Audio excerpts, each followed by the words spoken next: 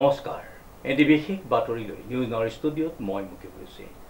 অসম অনুসূচিত জাতি মহিলা পৰিষদৰ প্ৰতিষ্ঠা দিৱস উদযাপন নিউজ নাওৰ এক বিশেষ প্ৰতিবেদন।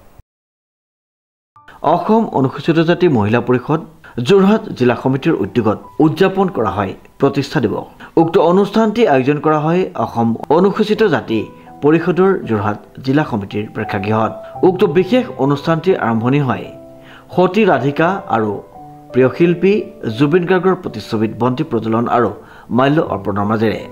অনুষ্ঠানটিত সভাপতিত্বৰ দায়িত্ব পালন কৰে ৰূপা দাসে।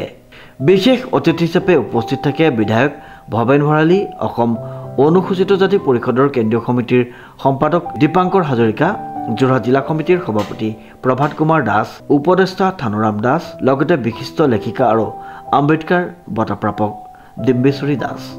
অসম অনুসূচিত জাতি মহিলা পৰিষদৰ প্ৰতিষ্ঠা দিৱস 1996 চনৰ 21 অক্টোবৰৰ দিনা এই যোৰহাট জিলাতেই যোৰহাট জিলা পুথিভঁৰালত অসম অনুসূচিত জাতি মহিলা পৰিষদৰ যোৰহাট জিলা সমিতিখন গঠন হৈছিল।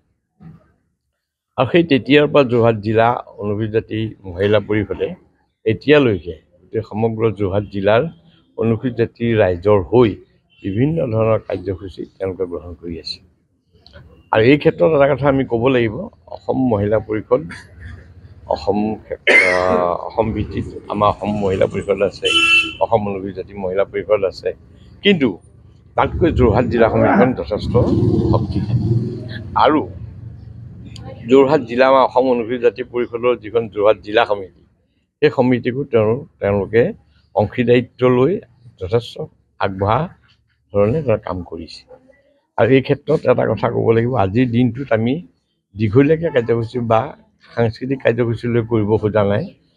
আমাৰ হিয়াৰ আমঠু জুবিন গাৰ্গ ডাঙৰীয়াৰ মৃত্যুৰ এমাহ পূৰ হৈছেহে। সেয়ে আমি সাংস্কৃতিক কাৰ্যসূচী বা বহল ভিত্তিত সভাখন কৰাৰ পৰা আমি বিৰত থাকি আমি খুব থুলমূলকৈ এই অনুষ্ঠানটো আমি আয়োজন কৰিলোঁ। আৰু এই অনুষ্ঠানটোত মই ব্যক্তিগতভাৱে অনুসূচিত জাতি পৰিষদৰ সভাপতি হিচাপে উপস্থিত আছোঁ। সাধাৰণ সম্পাদক দীপাংকৰ হাজৰিকা আছে। আৰু এই জিলা সমিতিৰ অসম অনুসূচিত জাতি পৰিষদৰ যোৰহাট জিলা সমিতিৰ প্ৰাক্তন সভাপতি থানুৰাম দাসকে ধৰি বিষয়ববীয়াসকল ইয়াত আছে।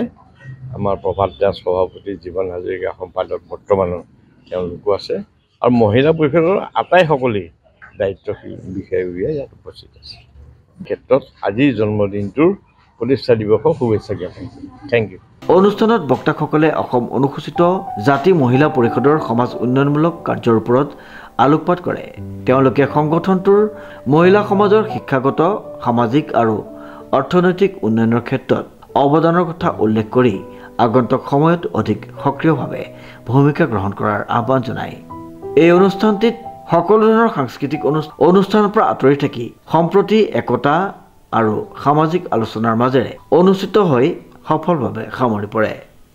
সভাখনত আমাৰ উপস্থিত আছিল যথেষ্ট আমাৰ মাননীয় আমাৰ অসম অনুসূচিত জাতি পৰিষদৰ সভাপতি আমাৰ ভৱেন্দ্ৰনাথ ভৰালী ডাঙৰীয়া, অসম অনুসূচিত জাতি পৰিষদৰ সাধাৰণ সম্পাদক দীপাংকৰ হাজৰিকা ডাঙৰীয়াকে প্ৰমুখ্য কৰি যোৰহাট জিলা পৰিষদৰ সভাপতি প্ৰাক্তন সভাপতি থানুৰাম দাস ডাঙৰীয়া, বৰ্তমান সভাপতি প্ৰভাত দাস ডাঙৰীয়া, জীৱন হাজৰিকা ডাঙৰীয়াদেৱকে মুখ্য কৰি আমাৰ সকলোখিনি আমাৰ উপস্থিত আছে। আৰু আমাৰ এই সভাখনৰ মূল উদ্দেশ্য আছিলে, আমি বহল ভিত্তিত যিহেতু পাতিব পৰা নাই, আমাৰ সভাপতি মহোদয়ে কৈ গ'ল আপোনালোকৰ, যিহেতু আমাৰ যোৰহাট জিলাৰে আমাৰ হিয়াৰ আমঠু জুবিন গাৰ্গৰ মৃত্যুৰ যি আমাৰ তদন্ত চলি আছে, সেই তদন্ত নচলালৈকে আমাৰ আত্মা শান্তি পোৱা নাই। সেই তদন্তৰ যিটো আমাৰ পাবলগীয়া আমি যিটো বিচাৰ, সেই বিচাৰটো নোপোৱালৈকে আমাৰ আত্মাৰ শান্তি পোৱা নাই। সেয়েহে আমি বহল ভিত্তিত সভাখন পাতিব খোজা নাই। কিন্তু আমাৰ যেতিয়া এই তাৰিখটোতে আমাৰ প্ৰতিষ্ঠা হৈছিল 1994 চনৰ 21 অক্টোবৰৰ দিনা, সেই প্ৰথমৰ পৰা শেষলৈকে আজি পৰ্যন্ত মই ইয়াত আছোঁ।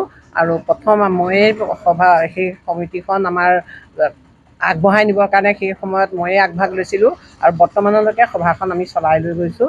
আমাৰ মহিলাসকল যথেষ্ট আগবাঢ়ি আহিছে।